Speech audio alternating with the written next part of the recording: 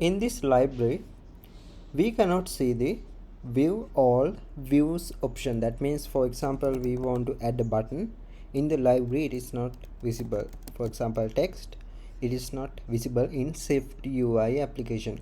Now the thing is, as the solution, all we have to do is just click on this editor and then toggle this canvas, make sure it is enabled, and then this will open the preview of your application and it will be a live version. That means you can see the changes real time.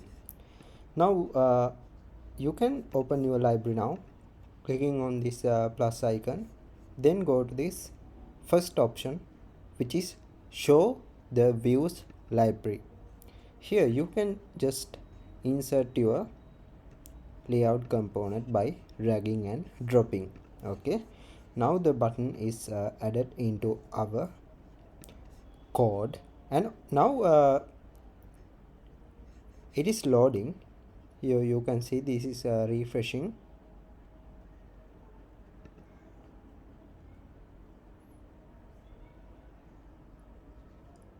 Okay, now that is one kind of thing. Now how we can directly add layout views into our canvas?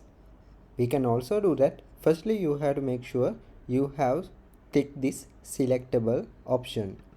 Using this, you can select frame and then it will automatically select the code of that frame here.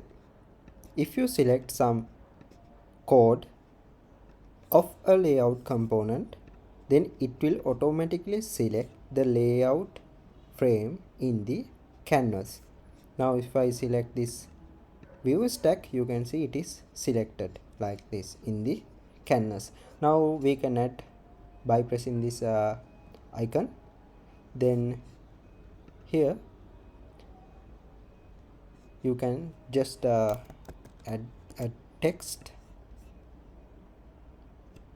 like this. You can see it just added to our code and then it has been reloaded. Okay, that is it for this video. Please subscribe to my YouTube channel. Thank you.